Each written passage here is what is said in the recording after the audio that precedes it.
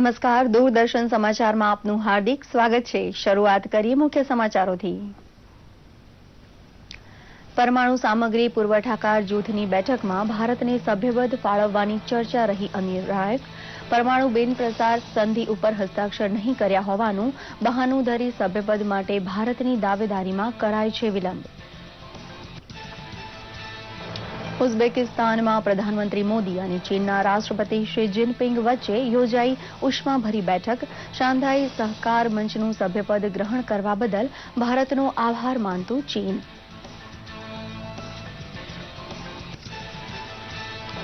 મુખ્યમંત્રીએ કહ્યું, ભાજપ કાર્યકર શક્તિનું એકમાત્ર ધ્યેય પ્રધાનમંત્રી મોદીની વિકાસ જહેમતને સફળ બનાવવાનું હોવું જોઈએ। પ્રદેશ કારોબારી સમક્ષ સરકારની સંગીન કામગીરી રજૂ કરતા કહ્યું, નર્મદા કિનારે 3 કરોડ વૃક્ષ વાવી દાખલો બેસાડશે ગુજરાત। ગુજરાત ભાજપની પ્રદેશ કારોબારીના સમાપન પ્રસંગે પ્રમુખ વિજયભાઈ રૂપાણીએ કહ્યું, કોંગ્રેસ મુક્ત ભારત માટે નરેન્દ્રભાઈ તથા અમિતભાઈની મહેનત સફળ બનાવવા જરાય પાછીપાની નહીં કરે ગુજરાત। ચોમાસુ વાદળથી ગરમાયેલા આકાશને લીધે ગરમીમાં ખાસો ઘટાડો અનુભવતું ગુજરાત। દરિયાકાંઠાના જિલ્લાઓમાં છૂટાછવાયા ઝાપટાથી વરસાદી વાતાવરણ બંધાતા વાવણી માટે સજ્જ થયા ધરતીપુત્ર। સમાચાર વિગતવાર જોઈએ। દક્ષિણ કોરિયાના સિયોલ શહેરમાં યોજાયેલી એનસીજીની બેઠકમાં ભારતના સભ્યપદ અંગે કોઈ ચોક્કસ નિર્ણય લેવાયો નથી। એનસીજી સભ્ય એવા 48 દેશોની બેઠકનો ગુરુવારે પ્રથમ દિવસ હતો। આ બેઠકના પહેલા સત્ર બાદ એનસીજી સભ્યોની વિશેષ બેઠક મળી હતી, જેમાં ભારતના સભ્યપદને લઈને ચર્ચા થઈ હતી। જો કે આ ચર્ચા ઔપચારિક એજન્ડામાં નહોતી। ચીન, ઓસ્ટ્રેલિયા, તુર્કી, ન્યૂઝીલેન્ડ, આયર્લેન્ડ અને બ્રાઝિલ સહિત અનેક દેશોનો મત ભારતની વિરુદ્ધમાં રહ્યો, કારણ કે ભારતે એનપીટી પર હસ્તાક્ષર કર્યા નથી। એનએસજીની આ બેઠક આજે પણ યથાવત રહેશે। સંઘાઈ સંગઠનની 16મી બેઠકમાં ભાગ લેવા માટે પ્રધાનમંત્રી નરેન્દ્ર મોદી ઉઝબેકિસ્તાનની રાજધાની તારકંદમાં છે।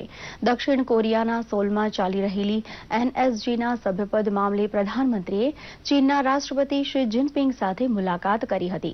આ પ્રસંગે પ્રધાનમંત્રીએ એસસીઓમાં ભારતની પૂરમ સદસ્યતા માટે ચીનની ધન્યવાદ કર્યો। સાથે જ એનએસજીમાં ભારતના સભ્યપદ માટે ચીનનું સમર્થન માંગ્યું। આ પહેલા ઉઝબેકિસ્તાન પહોંચતા પ્રધાનમંત્રી નરેન્દ્ર મોદીનું એરપોર્ટ પર ભવ્ય સ્વાગત કરાયું હતું। ઉઝબેકિસ્તાનના પ્રધાનમંત્રીએ તેમને આવકાર્યા હતા। નાણામંત્રી અરુણ જેટલીએ 5 દિવસના ચીન પ્રવાસની મુલાકાતના પ્રારંભે ચીનના બેન્કર્સ અને વેલ્થ ફંડ મેનેજર સાથે મુલાકાત કરી। નાણામંત્રીએ તેમને ભારતમાં વધુ રોકાણ માટે આગ્રહ કર્યો।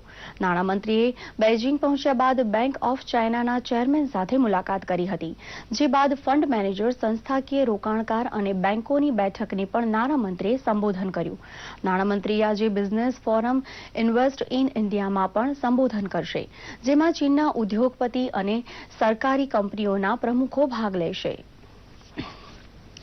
મહેસાણા ખાતે મુખ્યમંત્રી આનંદીબેન પટેલે દૂધસાગર ડેરીના નવીન મકાનનું ગઈકાલે લોકાર્પણ કર્યું હતું।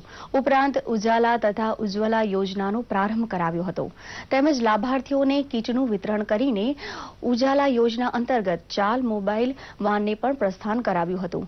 મહેસાણા ખાતે આનંદીબેન પટેલે શહેરીજનોને જણાવ્યું હતું કે ઉજાલા વીજ બિલમાં માતબર બચત કરાવતી જનહિતની યોજના છે, જેનો રાજ્યના લોકોએ લાભ લેવો જોઈએ। તેમણે સ્વચ્છ ભારત અભિયાનને વેગ આપવા માટે નાગરિકોના સહયોગને અનિવાર્ય ગણાવ્યો હતો। તેમણે ઉમેર્યું કે રાજ્ય અને કેન્દ્ર સરકાર છેવાડાના માનવીના વિકાસ માટે સંવેદનાપૂર્ણ થઈ કામ કરી રહી છે।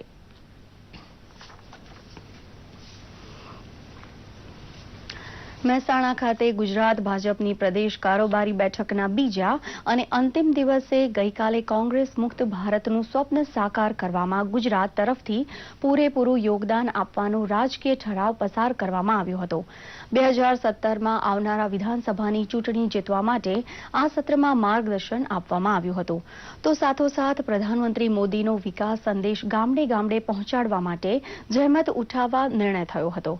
મુખ્યમંત્રી આનંદીબેન પટેલે કારોબારી સમક્ષ પોતાની સરકારે દાખવેલી સંગીન કામગીરીનું બયાન રજૂ કરતા કહ્યું હતું કે નર્મદા કાંઠે 3 કરોડ વૃક્ષનું વાવેતર કરવાનો પ્રોજેક્ટ હાથ ધરી ગુજરાત વધુ એક વખત અગ્રેસર બનશે. પ્રવક્તા મંત્રી નીતિનભાઈ પટેલે ભારતમાંથી કોંગ્રેસનું નામો નિશાન ભૂસાઈ જાય તેટલી મહેનત ભાજપનો કાર્યકર કરશે તેવો વિશ્વાસ વ્યક્ત કર્યો હતો.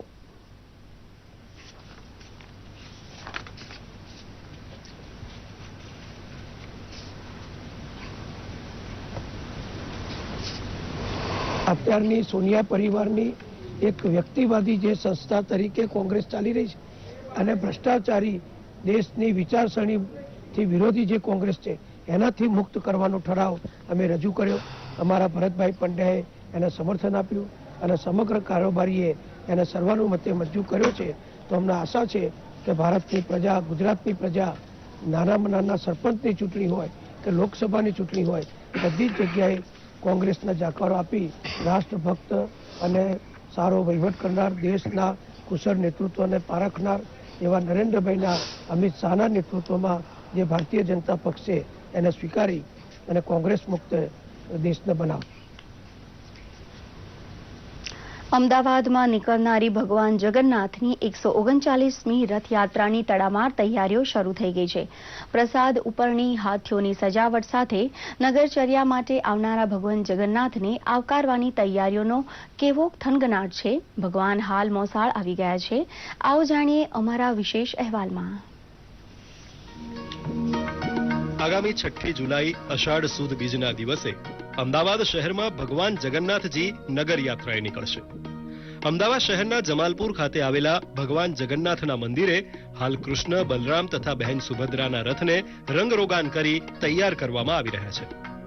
વર્ષોથી ભક્તિભાવપૂર્વક રંગકામ કરતા રોહિતભાઈ ખલાસે જણાવ્યું હતું કે તેઓ રથને લાલ, પીળા, લીલા અને કેસરી જેવા રંગોથી રંગીને નયનરમ્ય બનાવશે.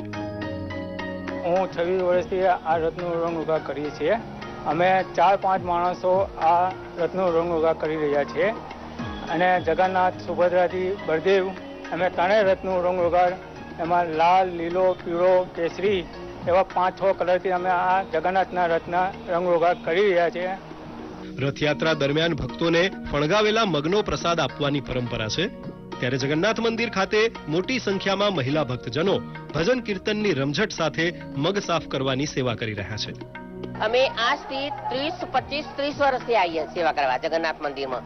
જ્યારથી આ રથ ઉપર અમને સમજ આવી ત્યારથી અમે સેવા કરવા આપીએ. મગની સેવા આપીએ છીએ, ચોખાની, બધાની સેવા અમે આપીએ છીએ. અમારી વર્ષોથી પરંપરા ચાલી આવી છે અહીંયા મગ વીણવાનું અને બહેનો બહાર દૂરથી ઘણી બધી આવે છે અને એ લોકો પણ અહીંયા સેવાના પાત્રમાં હાજર રહી અને લગભગ 12 વાગ્યાથી તે 6 વાગ્યા સુધી અહીંયા હાજર હોય છે. રથયાત્રામાં મહત્વનું આકર્ષણ બનતા ગજરાજોને પણ વિવિધ રંગોથી સજાવવામાં આવે છે. તેની પણ તૈયારીઓ થઈ રહી છે. તો ભક્તજનોને પ્રસાદીના રૂપમાં અર્પણ થતા મહાપ્રસાદ તેમજ ઉપરણીઓ તૈયાર થઈ રહી છે. ભગવાન જગન્નાથજીની રથયાત્રાને હવે ગણતરીના દિવસો બાકી છે ત્યારે નિજ મંદિર ખાતે રથયાત્રાની તૈયારીઓ પૂરજોશમાં ચાલી રહી છે. જયસુખ સિયાણી, દૂરદર્શન સમાચાર, અમદાવાદ. ગુજરાતમાં વાજતે ગાજતે મેઘરાજાની સવારી આવી પહોંચી છે. રાજ્યના 25થી વધુ તાલુકામાં હળવો કે મધ્યમ વરસાદ નોંધાયો છે. રાજ્યનો સૌથી વધુ 70 મિલીમીટર વરસાદ સુરતના ઓલપાડ તાલુકામાં નોંધાયો હતો. જૂનાગઢના વિસાવદર અને અમરેલીના ધારીમાં 40 મિલીમીટર, તો સારકાંઠાના મોડાસા, હિંમતનગર, ગાંધીનગરના માણસા, ખેડાના નડિયાદ, ભાવનગરના વલ્લભીપુર, તો મધ્ય ગુજરાતના દાહોદમાં 30 મિલીમીટર, જ્યારે ઉમરપાડા, ધાનપુર, ઉમરપાડામાં 20 મિલીમીટર અને અમદાવાદ શહેર, ધંધુકા, વાગરા, અમીરડ, મળિયા, મિયામાળામાં 10 મિલીમીટર વરસાદ થયો છે. હવામાન વિભાગના જણાવ્યા મુજબ આગામી 48 કલાકમાં દક્ષિણ ગુજરાતમાં અનેક, સૌરાષ્ટ્રમાં કેટલાક વિસ્તારોમાં હળવાથી મધ્યમ વરસાદ પડવાની શક્યતા છે. અંબાજીના દાંતા પંથકમાં નિયત ઋતુચક્ર કરતા મોડા પડેલા મેઘરાજાએ આખરે પધરામણી કરી હતી. દાંતામાં મોડા શરૂ થયેલા વરસાદથી ધરતીપુત્રોમાં આનંદ વ્યાપી ગયો હતો અને વરસાદ બાદ ખેડૂતોએ વાવણી માટે ખેતર ખેડવાનો આરંભ પણ કરી દીધો હતો. જો કે ખેડૂતોની માંગ હતી કે દાંતામાં ખેતરોની આસપાસ બનાવેલા તૂટેલા ચેક ડેમનું સમારકામ થવું જોઈએ, જેથી વરસાદી પાણીનો સંગ્રહ થઈ શકે.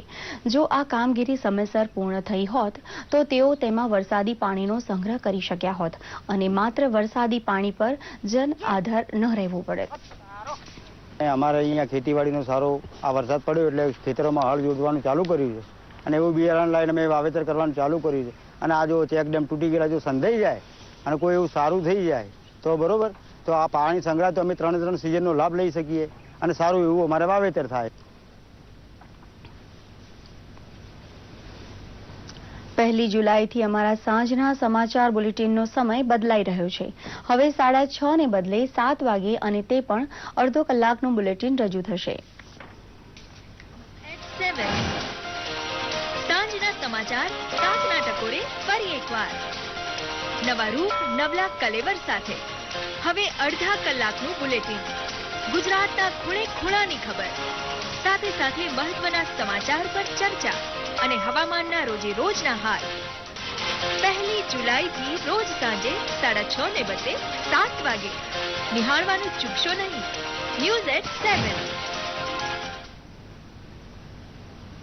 મહિલા ઉત્કર્ષ અને સશક્તિકરણના ભાગરૂપે ચાલતી મિશન મંગલમ યોજના અંતર્ગત સખી મંડળ અને સ્વસહાય જૂથની બહેનો દ્વારા જે ગૃહ ઉપયોગી વસ્તુઓ બનાવવામાં આવે છે તે એક જ સ્થળે પ્રાપ્ય થાય તે માટે જૂનાગઢ મહાનગરપાલિકા દ્વારા આજીવિકા કેન્દ્રનો પ્રારંભ કરવામાં આવ્યો છે. મેયર જીતુ હિરપરાએ ટીંબાવાડી ખાતે આ કેન્દ્રને ખુલ્લું મૂકતા જણાવ્યું હતું કે બહેનો આર્થિક રીતે પગભર થાય અને પોતાના બાળકો પરિવારનું ભરણ પોષણ કરી શકે તે માટે મિશન મંગલમ યોજના આશીર્વાદરૂપ સાબિત થઈ છે. વિવિધ સખી મંડળની બહેનો ઘર સજાવટની વસ્તુઓની સાથે સ્વાદિષ્ટ વ્યંજનોનું વેચાણ કરી સાંજ પડે નોંધપાત્ર આવક મેળવી રહી હોવાનું સુપરવાઇઝર કાજલબેન લાખાણીએ જણાવ્યું હતું. ભાવનગર જિલ્લાના રાણપરડા તથા સોનપરી જેવા 2 ગામ સ્થાનિક સાંસદ ડોક્ટર ભારતીબેન શિયાળ તથા મનસુખભાઈ માંડવિયા દ્વારા સાંસદ આદર્શ ગામ યોજના હેઠળ દત્તક લેવાયેલા છે. આ બંને ગામમાં શરૂ થયેલા વિકાસ કાર્યની સમીક્ષા માટે જિલ્લા કલેક્ટર બંછાનિધિ પાણી પોતાના કાફલા સાથે પહોંચ્યા હતા અને જનસંપર્ક અભિયાનની શરૂઆત કરી હતી. ગ્રામવાસીઓ સાથે વાતચીત કરતા કલેક્ટર બંછાનિધિ પાણીએ જણાવ્યું હતું કે ગ્રામીણ વિકાસ માટે મોદી સરકારે આદરેલી જહેમતને સફળ બનાવવા તમામ જાગૃત નાગરિકોએ પોતાનું યોગદાન આપવાનું છે.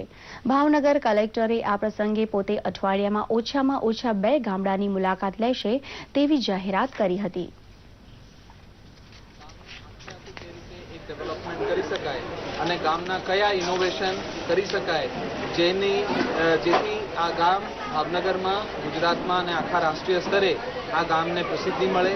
આ ગામના લોકોના જે સામર્થ્ય છે એ ગામના લોકોના સામર્થ્યને લઈને અને અધિકારીઓ, પદાધિકારીઓ તમામ લોકોને સાથે મળીને આ ગામને કેવી રીતે એક સર્વશ્રેષ્ઠ આદર્શ ગ્રામ બનાવી શકાય એના માટે આ એક પ્રયત્ન કરવામાં આવ્યો.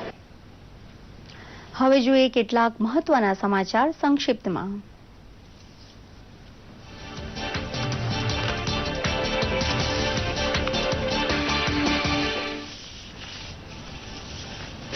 કેરળમાં યોજાયેલ રાજ્ય સમિતિની બેઠકમાં ભાજપા અધ્યક્ષ અમિત શાહે લીધો ભાગ. આ બેઠકમાં ચૂંટણીમાં આવેલા પરિણામો અને આગળની રણનીતિ પર વિચાર વિમર્શ કરવામાં આવશે.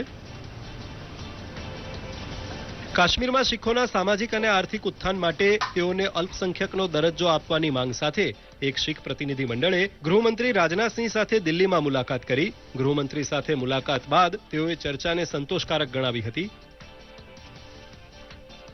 રાજસ્થાનમાં આજે ભાજપાની રાજ્ય કાર્ય સમિતિની બેઠક થઈ, જે દરમિયાન ગત 2.5 વર્ષના સરકારના કામકાજના લેખાજોખા વિશે ચર્ચા કરવામાં આવી હતી. બેઠકમાં રાજ્યના મુખ્યમંત્રી વસુંધરા રાજે, કેન્દ્રીય મંત્રી વેંકૈયા નાયડુ તથા સૂચના અને પ્રસારણ મંત્રી રાજ્યવર્ધનસિંહ રાઠોડ સહિત અન્ય અધિકારીઓએ ભાગ લીધો હતો. દિલ્હીમાં યોગ શિબિરનું ઉદ્ઘાટન કરતા કેન્દ્રીય મંત્રી કલરાજ મિશ્રાએ કહ્યું કે યોગ મનને સ્વસ્થ કરે છે, સાથોસાથ મનુષ્યના ભૌતિક અને સામાજિક જીવનને શુદ્ધ પણ બનાવે છે. જમ્મુ કાશ્મીરના કુપવાડાના લોલાબ જંગલમાં સુરક્ષા દળો અને આતંકીઓ વચ્ચે અથડામણમાં 3 આતંકી ઠાર મરાયા. પોલીસે આતંકીઓ પાસેથી હથિયાર જપ્ત કર્યા. હાલ સર્ચ ઓપરેશન ચાલુ છે. બ્રિટન યુરોપીય સંઘમાંથી નીકળી જશે કે યથાવત રહેશે, આ મુદ્દે આજે ઐતિહાસિક જનમત સંગ્રહ થઈ રહ્યો છે, જેનું પરિણામ શુક્રવારે આવશે. અમેરિકાની સંસદમાં આજે બંદૂક નીતિ પર મહત્વનું બિલ જાહેર ન થઈ શક્યું. કારણ કે અમેરિકામાં બંદૂકોના વેચાણના નિયંત્રણના મુદ્દે ડેમોક્રેટિક પાર્ટીના લગભગ 100 જેટલા સાંસદોના ધરણાના પગલે સદનની કાર્યવાહી સ્થગિત થઈ ગઈ. ઇરાકમાં હવાઈ હુમલામાં ઇસ્લામિક સ્ટેટના 50 આતંકીઓ ઠાર મરાયા. આ હુમલો અનબાર પ્રાંતના રમાડીના ઉત્તરી વિસ્તાર ચાનખુરામાં થયો હતો. ઝિકા વાયરસના ડરથી ખેલાડીઓનો રિયો ઓલિમ્પિકમાંથી નામ પરત લેવાનો ક્રમ ચાલુ જ છે ત્યારે હાલમાં જ વિશ્વના નંબર 4 ખેલાડી ગોલ્ફર રોરી મેક્લારોએ રિયો ઓલિમ્પિકમાંથી નામ પાછું લેવાનો નિર્ણય કરી લીધો છે. આ અગાઉ એડમ સ્કોર્ટે અને વિજયસિંઘ જેવા ગોલ્ફરે પણ પોતાનું નામ પાછું લીધું હતું. ગઈકાલે કરાચીમાં કવ્વાલીની દુનિયામાં મશહૂર સાબરી પરિવારના અમજદ સાબરીનો જીવન ચિરાગ સમય કરતા ઘણો વહેલો બુજાઈ ગયો. મુંબઈની હાજી અલી દરગાહમાં અમજદે પોતે ગાયેલી કવ્વાલી શ્રદ્ધાંજલિ સાથે પ્રસ્તુત છે.